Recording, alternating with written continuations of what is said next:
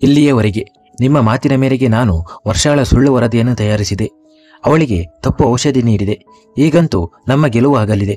ಕೇವಲ 2 ದಿನ, ಅದಕ್ಕಿಂತ ಹೆಚ್ಚು ಅವಳು ಬದುಕಲಾರಳು.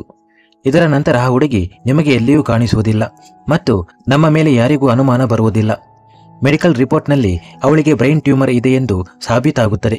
ಡಾಕ್ಟರ್ ತನ್ನ ದಾಟಿಯಲ್ಲಿ ಮಾತನಾಡುತ್ತಾನೆ ಮತ್ತು ಹೊರಗೆ ನಿಂತಿರುವ ರಾಘವ್ ಎಲ್ಲವನ್ನೂ ಕೇಳಿಸಿಕೊಂಡಿರುತ್ತಾನೆ. ಮುಂದುವರಿದ ಭಾಗ. ರಾಘವ್ ಡಾಕ್ಟರ್ ಹೇಳಿದ ಎಲ್ಲ ಮಾತುಗಳನ್ನು ಕೇಳಿಸಿಕೊಂಡಿದ್ದನು ಮತ್ತು ಆ ಎಲ್ಲ ಮಾತುಗಳನ್ನು ಕೇಳಿದ ನಂತರ ಅವನು ದಿಗ್ಭ್ರಮೆಗೊಂಡಿದ್ದನು. ವರ್ಷಾಗೆ ಬ್ರೈನ್ ಟ್ಯೂಮರ್ ಇದೆ ಎಂಬ ಮೊದಲ ಆಘಾತದಿಂದ ಅವನು ಇನ್ನೂ ಹೊರ ಬಂದಿರಲಿಲ್ಲ. ಅಷ್ಟರಲ್ಲಿಯೇ ಇದು ಅವನಿಗೆ 2ನೇ ಆಘಾತವಾಗಿತ್ತು. ವರ್ಷ ಸಂಪೂರ್ಣವಾಗಿ ಆರೋಗ್ಯವಾಗಿದ್ದಾಳೆ, ಆದರೆ ಯಾರೋ ಅವಳನ್ನು ಕೊಲ್ಲಲು ಬಯಸುತ್ತಿದ್ದಾರೆ. ಆದರೆ ಯಾರು? ಇವೆಲ್ಲವನ್ನು ಯೋಚಿಸುತ್ತಾ ಅವನು ತನ್ನ ಹೆಜ್ಜೆಗಳನ್ನು ಹಿಂದಕ್ಕೆ ತೆಗೆದುಕೊಳ್ಳಲು ಪ್ರಾರಂಭಿಸಿದನು, ಏಕೆಂದರೆ ಅವನು ಇನ್ನೂ ಆ ಆಘಾತದಿಂದ ಹೊರ ಬಂದಿರಲಿಲ್ಲ. ಈ ಸಮಯದಲ್ಲಿ ಅವನ ಮೆದುಳು ಕೂಡ ಕೆಲಸ ಮಾಡುತ್ತಿರಲಿಲ್ಲ. ಸಾವಿರಾರು ಆಲೋಚನೆಗಳು ಅವನ ಹೃದಯ ಮತ್ತು ಮನಸ್ಸಿನಲ್ಲಿ ಗಿರಕಿ ಹೊಡೆಯುತ್ತಿದ್ದವು. ವರ್ಷಾಳ ಮುಖವು ಪದೇ ಪದೇ ಅವನ ಕಣ್ಣ ಮುಂದೆ ಬರುತ್ತಿತ್ತು. ಅವನ ಹೆಜ್ಜೆಗಳು ಹೊರಗಿನ ಉದ್ಯಾನದ ಕಡೆಗೆ ಸಾಗುತ್ತಿದ್ದವು ಮತ್ತು ಮನಸ್ಸಿನಲ್ಲಿ ತಾನೇ ಮಾತನಾಡಿಕೊಳ್ಳುತ್ತಿದ್ದನು. ಈಗ ಅರ್ಥವಾಗುತ್ತಿದೆ, ಆ ದಿನ ವರ್ಷ ನನ್ನನ್ನು ಮದುವೆಯಾಗಲು ಏಕೆ ನಿರಾಕರಿಸಿದರು ಎಂದು, ಅವರು ಸಿಯಾಳಿಗೆ ತಾಯಿಯಾಗಲು ಏಕೆ ನಿರಾಕರಿಸಿದರು ಎಂದು. ಅವಳು ಎಲ್ಲವನ್ನೂ ಉದ್ದೇಶಪೂರ್ವಕವಾಗಿ ಮಾಡಿದ್ದರು. ಇದರಿಂದ ಸಿಯಾಗೆ ಯಾವುದೇ ತೊಂದರೆಯಾಗಬಾರದೆಂದು ನೀವೇ ಕೆಟ್ಟವರಾಗಿದ್ದೀರಿ ವರ್ಷ ಅವರೇ. ಮತ್ತು ನಾನು ಹುಚ್ಚ, ನಿಮಗೆ ಏನೇನೋ ಹೇಳಿದೆ. ಆದರೆ ನಿಮ್ಮ ಈ ಒಳ್ಳೆಯತನ ಮತ್ತೊಮ್ಮೆ ನನ್ನ ಹೃದಯವನ್ನು ಕದ್ದಿದೆ. ನಿಮ್ಮನ್ನು ಮೊದಲೇ ಪ್ರೀತಿಸುತ್ತಿದ್ದೆ, ಆದರೆ ಇಂದು ಮಿತಿಮೀರಿ ಪ್ರೀತಿಸುತ್ತಿದ್ದೇನೆ ಎನ್ನುತ್ತಾನೆ. ಅವನಿಗೆ ಡಾಕ್ಟರ್ನ ಮಾತುಗಳು ನೆನಪಾದವು. ಹೆಚ್ಚೆಂದರೆ 2 ದಿನ, ಅದಕ್ಕಿಂತ ಹೆಚ್ಚು ಬದುಕಲಾರಳು ಅವಳು.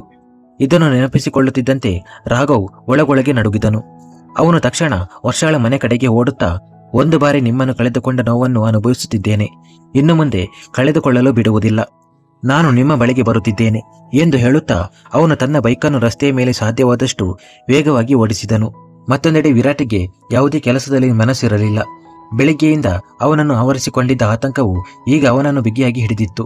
ಏನೋ ಕೆಟ್ಟದ್ದು ಸಂಭವಿಸಲಿದೆ ಎಂಬ ಭಯವು ಅವನನ್ನು ಒಳಗಿನಿಂದ ತಿನ್ನುತ್ತಿತ್ತು. ಅವನಿಗೆ ಎಲ್ಲಿಯೂ ಮನಸ್ಸಿರಲಿಲ್ಲ. ಆದ್ದರಿಂದ ಅವನು ತನ್ನ ಎಲ್ಲ ಕೆಲಸವನ್ನು ಅರ್ಧಕ್ಕೆ ಬಿಟ್ಟು ಮನೆಗೆ ಹೊರಟನು. ಇತ್ತ ಮನೆಯಲ್ಲಿ ಕಾವ್ಯ ತನ್ನ ಕೋಣೆಯಲ್ಲಿ ಕುಳಿತಿದ್ದಳು. ಅವಳ ಕಣ್ಣುಗಳು ಪದೇ ಪದೇ ಗಡಿಯಾರದ ಮೇಲೆ ಹೋಗುತ್ತಿದ್ದವು. ಸಮಯ ಕಳೆದಂತೆ ಅವಳ ಹೃದಯ ಬಡಿತ ಹೆಚ್ಚಾಗುತ್ತಿತ್ತು. ವರ್ಷಾಳ ಸತ್ಯ ತಿಳಿದಾಗ ವಿರಾಟ್ ಹೇಗೆ ಪ್ರತಿಕ್ರಿಯಿಸುತ್ತಾನೋ ಗೊತ್ತಿಲ್ಲ. ಅವನು ತನ್ನನ್ನು ಹೇಗೆ ಸಮಾಧಾನಪಡಿಸಿಕೊಳ್ಳುತ್ತಾನೋ ಮತ್ತು ಮುಖ್ಯವಾಗಿ ಅವನು ಯಾರನ್ನು ಆಯ್ಕೆ ಮಾಡುತ್ತಾನೋ, ಇದೇ ವಿಷಯಗಳು ಅವಳ ಮನಸ್ಸಿನಲ್ಲಿ ಗಿರಕಿ ಹೊಡೆಯುತ್ತಿದ್ದವು. ಅವಳು ತನ್ನ ಕಣ್ಣುಗಳನ್ನು ಮುಚ್ಚುತ್ತಾಳೆ. ವಿರಾಟ್ನ ನಗುತ್ತಿರುವ ಮುಖವು ಅವಳ ಕಣ್ಣ ಮುಂದೆ ಬರುತ್ತದೆ. ಅವಳು ಒಂದು ದೀರ್ಘವಾದ ಉಸಿರನ್ನು ತೆಗೆದುಕೊಳ್ಳುತ್ತಾಳೆ. ನನಗೆ ನಿನ್ನ ಸಂತೋಷವೇ ಮುಖ್ಯ. ನಂತರ ನೀನು ಯಾರನ್ನೇ ಆರಿಸಿಕೊಂಡರೂ ಸರಿ, ನಾನು ಯಾವುದೇ ಪರಿಸ್ಥಿತಿಯಲ್ಲಿ ನಿನ್ನ ಜೊತೆ ಇರುತ್ತೇನೆ. ಇದೆಲ್ಲವನ್ನು ಯೋಚಿಸುತ್ತಾ ಅವಳ ಮುಖದಲ್ಲಿ ನಗು ಮೂಡುತ್ತದೆ. ಸರಿಯಾಗಿ ಅದೇ ಸಮಯದಲ್ಲಿ ಕೋಣೆಯ ಬಾಗಿಲು ತೆರೆಯುತ್ತದೆ ಮತ್ತು ವಿರಾಟ್ ಒಳಗೆ ಬರುತ್ತಾನೆ. ಒಳಗೆ ಬರುತ್ತಿದ್ದಂತೆ ಅವನಿಗೆ ಕಾವ್ಯಳ ನಗುತ್ತಿರುವ ಮುಖ ಕಾಣಿಸುತ್ತದೆ. ಅವನ ಆತಂಕಗೊಂಡ ಹೃದಯಕ್ಕೆ ಸಮಾಧಾನ ಸಿಗುತ್ತದೆ. ಅವನ ಆತಂಕ ದೂರವಾಗುತ್ತದೆ. ಅವನ ಮುಖದಲ್ಲೂ ನಗು ಅರಳುತ್ತದೆ ಮತ್ತು ಅವನು ನಗುತ್ತಾ ಕಾವ್ಯ ಕಡೆಗೆ ಹೆಜ್ಜೆ ಹಾಕುತ್ತಾ ಅವಳನ್ನು ಬಿಗಿಯಾಗಿ ಅಪ್ಪಿಕೊಂಡು I miss you so much ಎನ್ನುತ್ತಾನೆ. ಕಾವ್ಯ ಕೂಡ ತನ್ನ ಕೈಗಳನ್ನು ಅವನ ಬೆನ್ನಿಗೆ ಬಿಗಿಯಾಗಿ ಸುತ್ತಿಕೊಂಡು miss you too my sadies ಎನ್ನುತ್ತಾಳೆ. ಇದನ್ನು ಕೇಳಿದ ತಕ್ಷಣ ವಿರಾಟ್ ಸುಳ್ಳು ಕೋಪದಿಂದ ಅವಳ ಕಡೆಗೆ ನೋಡುತ್ತಾ ಈಗಲೂ ಸ್ಯಾಡೀಸ್ ಅನ್ನುತ್ತಾನೆ. ಕಾವ್ಯ ತನ್ನ ಮೂಗಿನಿಂದ ಅವನ ಮೂಗನ್ನು ಸ್ಪರ್ಶಿಸುತ್ತಾ ನನ್ನ ಒಳ್ಳೆಯ ಸ್ಯಾಡೀಸ್ ಎನ್ನುತ್ತಾಳೆ. ಇದನ್ನು ಕೇಳಿದ ತಕ್ಷಣ ವಿರಾಟ್ಗೆ ನಗು ಬರುತ್ತದೆ. ನೀನು ಅಷ್ಟೇ ಅದ್ಭುತ ಎನ್ನುತ್ತಾ ವಿರಾಟ್ ಅವಳನ್ನು ಮತ್ತೆ ತನ್ನ ತೋಳುಗಳಲ್ಲಿ ಸೇರಿಸಿಕೊಳ್ಳುತ್ತಾ ಹೇಳುತ್ತಾನೆ, ಸರಿ, ನೀನು ಬೇಗ ಫ್ರೆಶ್ ಆಗಿ ಬಾ, ಅಷ್ಟರಲ್ಲಿ ನಾನು ನಮ್ಮಿಬ್ಬರಿಗೆ ಕಾಫಿ ತರುತ್ತೇನೆ ಎನ್ನುತ್ತಾಳೆ ಕಾವ್ಯ. ನಿಮ್ಮ ಆಜ್ಞೆ ಪ್ರಿಯತಮೆ ಎಂದು ವಿರಾಟ್ ಅವಳನ್ನು ಕೆಣಕುತ್ತಾ ಹೇಳುತ್ತಾನೆ ಮತ್ತು ನಂತರ ವಾಶ್ರೂಮ್ಗೆ ಹೋಗುತ್ತಾನೆ. ಕಾವ್ಯ ಗಡಿಯಾರದ ಕಡೆಗೆ ನೋಡುತ್ತಾ ವಿರಾಟ್ ಬಂದಾಯಿತು, ಆದರೆ ನೀನು ಯಾವಾಗ ಬರುತ್ತೀಯ ವರ್ಷ, ನೋಡಬೇಕು, ನಿನ್ನ ಮಾತಿಗೆ ತಪ್ಪಬೇಡ ಅಂದುಕೊಳ್ಳುತ್ತಾಳೆ. ಅತ್ತ ವರ್ಷ ಕೂಡ ಆತಂಕದಿಂದ ಅತ್ತಿತ್ತ ತಿರುಗಾಡುತ್ತಿದ್ದಳು. ಕಾವ್ಯಳ ಮಾತುಗಳು ಇನ್ನೂ ಅವಳ ಮನಸ್ಸಿನಲ್ಲಿ ತಿರುಗುತ್ತಿದ್ದವು. ಸತ್ಯ ತಿಳಿದ ನಂತರ ಮುಂದೆ ಏನಾಗುತ್ತದೆ ಎಂಬುದು ಅವಳಿಗೆ ಗೊತ್ತಿತ್ತು ಮತ್ತು ಅದಕ್ಕಾಗಿ ಅವಳ ಹೃದಯ ಭಾರವಾಗುತ್ತಿತ್ತು. ಅವಳು ತಾನೇ ಹೇಳಿಕೊಳ್ಳುತ್ತಿದ್ದಳು, ಯಾವುದಕ್ಕೆ ಭಯಪಟ್ಟಿದ್ದೇನೋ ಅದೇ ಆಯಿತು ಮತ್ತು ನನ್ನಿಂದಾಗಿ ನಿಮ್ಮಿಬ್ಬರ ಸುಂದರವಾದ ಸಂಸಾರ ಹಾಳಾಗುವುದು ನನಗೆ ಇಷ್ಟವಿಲ್ಲ. ಹೌದು, ನಾನು ಇಂದಿಗೂ ವಿರಾಟ್ನನ್ನು ಅಷ್ಟೇ ಪ್ರೀತಿಸುತ್ತೇನೆ ಎಂಬುದು ಸತ್ಯ, ಆದರೆ ವಿರಾಟ್ ನನ್ನವನಲ್ಲ ಎಂಬುದು ಕೂಡ ಸತ್ಯ. ಅವನನ್ನು ಪ್ರೀತಿಸುವ ಹಕ್ಕು ನನಗಿದೆ, ಆದರೆ ಅವನನ್ನು ನನ್ನವನನ್ನಾಗಿ ಮಾಡಿಕೊಳ್ಳುವ ಹಕ್ಕಿಲ್ಲ.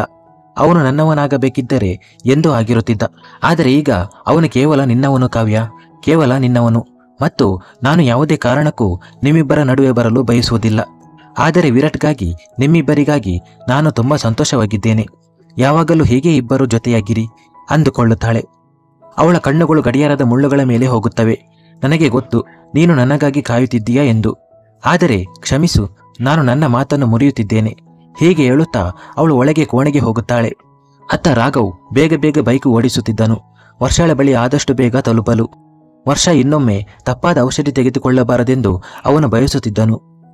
ಇತ್ತ ಸೂರ್ಯವಂಶಿ ಮನೆಯಲ್ಲಿ ವಿರಾಟ್ ಫ್ರೆಶ್ ಆಗಿ ಹೊರಗೆ ಬರುತ್ತಾನೆ. ಎದುರಿಗೆ ಕಾವ್ಯ 2 ಕಪ್ ಕಾಫಿಯೊಂದಿಗೆ ಅವನಿಗಾಗಿ ಕಾಯುತ್ತಿದ್ದಳು.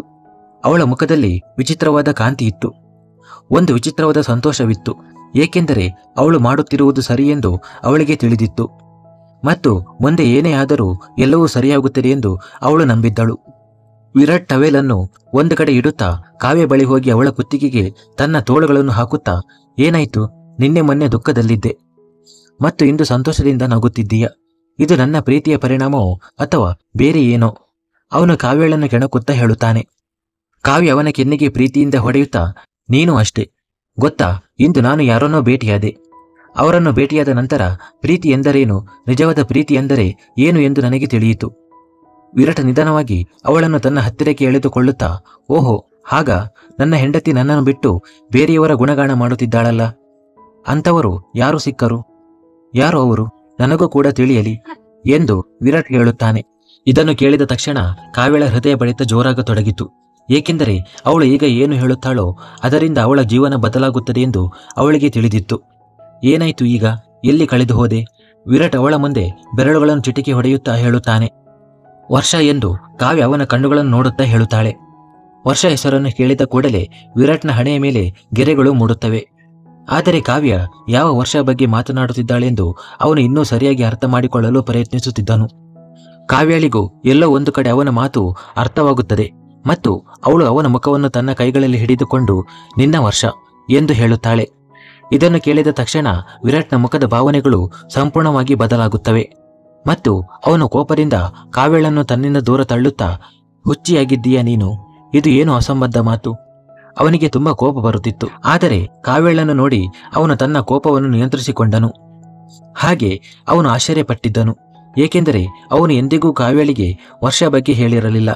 ಹಾಗಾದರೆ ಅವಳಿಗೆ ಹೇಗೆ ತಿಳಿಯಿತು ಎಂದು. ಕಾವ್ಯ ಮತ್ತೆ ಅವನ ಹತ್ತಿರ ಹೋಗುತ್ತಾ, ನನ್ನ ಮಾತನ್ನು ಕೇಳಿ, ನಿಮಗೆ ತಿಳಿದಿರುವುದು ಸತ್ಯವಲ್ಲ. ಆ ವರ್ಷ ಎಂದು ಹೇಳುವಷ್ಟರಲ್ಲಿ ವಿರಾಟ್ ಮಧ್ಯದಲ್ಲೇ, ಸಾಕು ಮಾಡು, ತುಂಬಾ ಮಾತನಾಡಿದೆ ನೀನು. ಮತ್ತು ಏನು ಹೇಳಿದೆ? ನೀನೇ ಅವಳನ್ನು ಭೇಟಿಯಾಗಿ ನಿನಗೆ ನಿಜವಾದ ಪ್ರೀತಿ ಎಂದರೇನು ಎಂದು ತಿಳಿಯಿತಾ? ಆ ವಿಶ್ವಾಸಘಾತಕಿ ಹುಡುಗಿಯ ಹೆಸರನ್ನು ನನ್ನ ಮುಂದೆ ತೆಗೆದುಕೊಳ್ಳಬೇಡ ಎಂದು ಹೇಳುತ್ತಾನೆ. ಅವಳು ವಿಶ್ವಾಸಘಾತಕಿ ಅಲ್ಲ ಎಂದು ಕಾವ್ಯ ಹೇಳುತ್ತಾಳೆ. ವಿರಾಟ್ನ ಕೋಪ ಈಗ ಮುಗಿಲು ಮುಟ್ಟಿತ್ತು. ಅವನು ತನ್ನ ಕೆಂಪು ಕಣ್ಣುಗಳಿಂದ ಕಾವ್ಯಳನ್ನು ನೋಡುತ್ತಿದ್ದನು. ಕಾವ್ಯ ಕೂಡ ಅವನನ್ನೇ ನೋಡುತ್ತಿದ್ದಳು. ಅವಳು ಏನನ್ನು ಹೇಳಲು ತನ್ನ ತುಟಿಗಳನ್ನು ಹೊರಳಿಸುತ್ತಾಳೆ. ಆದರೆ ಅದಕ್ಕೂ ಮುಂಚೆಯೇ ವಿರಾಟ್, ನಾನು ಏನನ್ನು ಕೇಳುವುದಿಲ್ಲ ಎಂದು ಹೇಳುತ್ತಾ ಅವನು ಹೊರಗಿನ ಕಡೆಗೆ ಹೆಜ್ಜೆ ಹಾಕುತ್ತಾನೆ. ಆದರೆ ಇಂದು ಕಾವ್ಯ ಕೂಡ ವಿರಾಟ್ಗೆ ಎಲ್ಲ ಸತ್ಯವನ್ನು ಹೇಳಲು ನಿರ್ಧರಿಸಿದ್ದಳು. ಅವಳು ಹಿಂದಿನಿಂದ, ವರ್ಷ ನಿನಗೆ ಯಾವುದೇ ಮೋಸ ಮಾಡಿಲ್ಲ. ಅವಳು ನಿನಗೆ ಏನು ಹೇಳಿದಳೋ ಅದೆಲ್ಲ ಸುಳ್ಳು. ಅವಳಿಗೆ ಬ್ರೈನ್ ಟ್ಯೂಮರ್ ಇದೆ. ಅವಳು ಒಂದೇ ಉಸಿರಿನಲ್ಲಿ ಎಲ್ಲವನ್ನೂ ಹೇಳಿಬಿಡುತ್ತಾಳೆ. ಕೊನೆಯ ಸಾಲಿಗೆ ವಿರಾಟ್ನ ಹೆಜ್ಜೆಗಳು ಅಲ್ಲೇ ನಿಲ್ಲುತ್ತವೆ. ಅವಳಿಗೆ ಬ್ರೈನ್ ಟ್ಯೂಮರ್ ಇದೆ. ಈ ಮಾತುಗಳು ಅವನ ಸುತ್ತಲೂ ಪ್ರತಿಧ್ವನಿಸುತ್ತಿದ್ದವು. ಅವನು ತಿರುಗಿ ಕಾವ್ಯ ಕಡೆಗೆ ನೋಡುತ್ತಾನೆ. ಅವನು ಏನೋ ತಪ್ಪಾಗಿ ಕೇಳಿಸಿಕೊಂಡಂತೆ. ನೀನು ಏನು ಹೇಳಿದೆ? ಕಾವ್ಯ ಕೂಡ ಕಣ್ಣೀರು ತುಂಬಿದ ಕಣ್ಣುಗಳಿಂದ ಅವನನ್ನೇ ನೋಡುತ್ತಿದ್ದಳು. ಅವಳು ಅವನ ಕಡೆಗೆ ಹೆಜ್ಜೆ ಹಾಕುತ್ತಾ, ಇದು ಸತ್ಯ, ಅವಳಿಗೆ ಬ್ರೈನ್ ಟ್ಯೂಮರ್ ಇದೆ. ಅವಳು ಹೋದ ನಂತರ ನೀನು ಕುಗ್ಗಿ ಹೋಗಬಾರದು, ಮುರಿದು ಬೀಳಬಾರದು ಎಂದು ಅವಳು ಬಯಸುತ್ತಿದ್ದಳು. ಅದಕ್ಕಾಗಿ ಅವಳು ನಿನ್ನೊಂದಿಗೆ ಸುಳ್ಳು ಹೇಳಿದಳು ಮತ್ತು ನಿನ್ನ ಕಣ್ಣಲ್ಲಿ ಕೆಟ್ಟವಳಾದಳು. ಇದರಿಂದ ನೀನು ನಿನ್ನ ಜೀವನದಲ್ಲಿ ಮುಂದೆ ಸಾಗಬಹುದು ಎಂದು. ಕಾವ್ಯ ನಿಧಾನವಾಗಿ ಅವನ ಬಳಿ ಹೋಗುತ್ತಾ ಮಾತನಾಡುತ್ತಿದ್ದಳು. ಆದರೆ ಅವಳು ಮಾತನಾಡುತ್ತಿದ್ದಂತೆ ವಿರಾಟ್ನ ಹೃದಯ ಛಿದ್ರವಾಗುತ್ತಿತ್ತು. ಕೆಲವೇ ಕ್ಷಣಗಳಲ್ಲಿ ಎಲ್ಲ ಸತ್ಯ ಅವನ ಮುಂದೆ ಇತ್ತು. ಇದು ವಿರಾಟ್ ಎಂದಿಗೂ ಊಹಿಸದಿದ್ದ ಸತ್ಯವಾಗಿತ್ತು. ಅವನ ಮಿದುಳು ಕೆಲಸ ಮಾಡುತ್ತಿರಲಿಲ್ಲ. ಇಂದು ಅವನು ತನ್ನನ್ನು ಹಿಂದಿನ ಕಾಲಕ್ಕೆ ಹೋಗುವುದನ್ನು ತಡೆಯಲು ಸಾಧ್ಯವಾಗುತ್ತಿರಲಿಲ್ಲ. ಅವನು ನೆನಪಿಸಿಕೊಳ್ಳುತ್ತಾನೆ, ಕೊನೆಯ ಬಾರಿಗೆ ವರ್ಷ ಬಳಿ ಹೋದಾಗ ವರ್ಷ ಅವನಿಗೆ ಹೇಳಿದ್ದಳು, ಅವಳು ಅವನನ್ನು ಪ್ರೀತಿಸುವುದಿಲ್ಲ, ಅವಳು ಕೇವಲ ಟೈಮ್ ಪಾಸ್ ಮಾಡುತ್ತಿದ್ದಳು ಎಂದು. ಅಂದರೆ ಅದೆಲ್ಲ ಸುಳ್ಳು, ಮೋಸವಾಗಿತ್ತ. ವಿರಾಟ್ ತಾನೇ ಗೊಣಗಿಕೊಳ್ಳುತ್ತಾನೆ. ಮರುಕ್ಷಣವೇ ಅವನಿಗೆ ವರ್ಷ ಜೊತೆಗಿನ ತನ್ನ ವರ್ತನೆ ನೆನಪಾಗುತ್ತದೆ. ಅಷ್ಟೇ ಅಲ್ಲದೆ ಅವನು ವರ್ಷ ಮೇಲೆ ಕೈ ಎತ್ತಿದ್ದು ಕೂಡ. ಅವನು ತನ್ನ ಕಣ್ಣುಗಳನ್ನು ಬಿಗಿಯಾಗಿ ಮುಚ್ಚಿಕೊಳ್ಳುತ್ತಾನೆ ಮತ್ತು ಇಷ್ಟವಿಲ್ಲದಿದ್ದರೂ ಅವನ ಕಣ್ಣಿನಿಂದ 2 ಹನಿ ಕಣ್ಣೀರು ಜಾರುತ್ತದೆ. ಈ ಸಮಯದಲ್ಲಿ ಅವನು ತಾನೇ ಎಷ್ಟು ಅಸಹಾಯಕನೆಂದು ಭಾವಿಸುತ್ತಿದ್ದನು. ಏನನ್ನಾದರೂ ಹೇಳಲು ಬಯಸಿದ್ದನು. ಆದರೆ ಏನು ಹೇಳಬೇಕು, ಹೇಗೆ ಹೇಳಬೇಕು ಎಂದು ಅವನಿಗೆ ಹೇಳಲು ಪದಗಳು ಸಿಗುತ್ತಿರಲಿಲ್ಲ ಮತ್ತು ಅವನಿಗೆ ಏನೂ ಅರ್ಥವಾಗುತ್ತಿರಲಿಲ್ಲ. ಕಾವ್ಯ ಅವನ ನೋವು, ಅವನ ತೊಂದರೆ, ಅವನ ವೇದನೆ ಎಲ್ಲವನ್ನೂ ಅನುಭವಿಸಬಲ್ಲವಳಾಗಿದ್ದಳು. ಈ ಸಮಯದಲ್ಲಿ ವಿರಾಟ್ಗೆ ಏನಾಗುತ್ತಿದೆ ಎಂದು ಅವಳು ಅರ್ಥ ಮಾಡಿಕೊಳ್ಳುತ್ತಿದ್ದಳು. ಅವಳು ಮನಸ್ಸಿನಲ್ಲಿ, ಈ ಸಮಯದಲ್ಲಿ ನಿನ್ನನ್ನು ಸಮಾಧಾನಪಡಿಸದಿದ್ದರೆ ನೀನು ಮುರಿದು ಬೀಳುತ್ತೀಯ. ಅದನ್ನು ನಾನು ಎಂದಿಗೂ ಆಗಲು ಬಿಡುವುದಿಲ್ಲ. ಅವಳು ವಿರಾಟ್ನ ಹತ್ತಿರ ಹೋಗುತ್ತಾ ಅಳುತ್ತಾ, ಯಾವ ಸಮಯದಲ್ಲಿ ವರ್ಷಾಗೆ ನಿನ್ನ ಅಗತ್ಯವಿತ್ತೋ ಆ ಸಮಯದಲ್ಲಿ ಅವಳು ನಿನ್ನ ಸಂತೋಷಕ್ಕಾಗಿ ತನ್ನನ್ನು ನಿನ್ನಿಂದ ದೂರ ಇಟ್ಟುಕೊಂಡಳು. ಆದರೆ ಇನ್ನೂ ತಡವಾಗಿಲ್ಲ. ನೀನು ಅವಳ ಬಳಿ ಹೋಗಬೇಕು. ಅವಳಿಗೆ ನಿನ್ನ ಅಗತ್ಯವಿದೆ ಎಂದು ಹೇಳುತ್ತಾಳೆ. ವಿರಾಟ್ ಕಣ್ಣೀರು ತುಂಬಿದ ಕಣ್ಣುಗಳಿಂದ ಅವಳ ಕಡೆಗೆ ನೋಡುತ್ತಾನೆ. ಕಾವ್ಯ ನಿಧಾನವಾಗಿ ನಗುತ್ತಾ, ಏನನ್ನೂ ಯೋಚಿಸಬೇಡಿ, ಸರಿ ತಪ್ಪು, ಒಳ್ಳೆಯದು ಕೆಟ್ಟದು ಎಂದು. ಕೇವಲ ನಿಮ್ಮ ಹೃದಯದ ಮಾತನ್ನು ಕೇಳಿ. ನನ್ನ ಕಡೆಯಿಂದ ನೀನು ಸ್ವತಂತ್ರನಾಗಿದ್ದೀಯಾ ವಿರಾಟ್. ನಿಮ್ಮ ಹೃದಯದ ಮೇಲೆ ಯಾವುದೇ ಭಾರವನ್ನು ಇಟ್ಟುಕೊಳ್ಳಬೇಡಿ ಮತ್ತು ಅವಳ ಬಳಿ ಹೋಗಿ, ನಾನು ನಿಮ್ಮ ಜೊತೆಗಿದ್ದೇನೆ. ಹೀಗೆ ಹೇಳುತ್ತಾ ಅವಳು ತನ್ನ ತಲೆಯನ್ನು ಅವನ ಎದೆಯ ಮೇಲೆ ಇಟ್ಟುಕೊಂಡು ತನ್ನ ಕಣ್ಣುಗಳನ್ನು ಬಿಗಿಯಾಗಿ ಮುಚ್ಚಿಕೊಳ್ಳುತ್ತಾಳೆ. ಆದರೆ ವಿರಾಟ್ನ ಕೈಗಳು ಕೆಳಗೆ ನೇತಾಡುತ್ತಿರುತ್ತವೆ. ಮತ್ತೊಂದೆಡೆ ವರ್ಷ ತಾನು ವಿರಾಟ್ ಮತ್ತು ಕಾವ್ಯ ನಡುವೆ ಬರುವುದಿಲ್ಲ ಎಂದು ನಿರ್ಧರಿಸುತ್ತಾಳೆ. ಹೀಗೆ ಯೋಚಿಸುತ್ತಾ ಅವಳು ಒಳಗೆ ಕೋಣೆಗೆ ಹೋಗಿ ತನ್ನ ಕಪಾಟನ್ನು ತೆರೆಯುತ್ತಾಳೆ. ಅದರಿಂದ ಅವಳು ನಿದ್ರೆ ಮಾತ್ರೆಗಳಿಂದ ತುಂಬಿದ ಒಂದು ಸೀಸೆಯನ್ನು ತೆಗೆದುಕೊಂಡು ಎಲ್ಲ ಮಾತ್ರೆಗಳನ್ನು ತನ್ನ ಅಂಗೈಯಲ್ಲಿ ಹಾಕಿಕೊಳ್ಳುತ್ತಾ, ನನ್ನನ್ನು ಕ್ಷಮಿಸು ಕಾವ್ಯ, ನಾನು ನನ್ನ ಮಾತನ್ನು ಮುರಿಯುತ್ತಿದ್ದೇನೆ ಮತ್ತು ಯಾವತ್ತೂ ಮುಗಿಯುವ ನನ್ನ ಜೀವನವನ್ನು ಇಂದು ಇದೇ ಸಮಯದಲ್ಲಿ ನನ್ನ ಕೈಯಿಂದಲೇ ಕೊನೆಗೊಳಿಸುತ್ತಿದ್ದೇನೆ ಎಂದು ಅಂದುಕೊಳ್ಳುತ್ತಾಳೆ. ಮುಂದುವರಿಯುವುದು.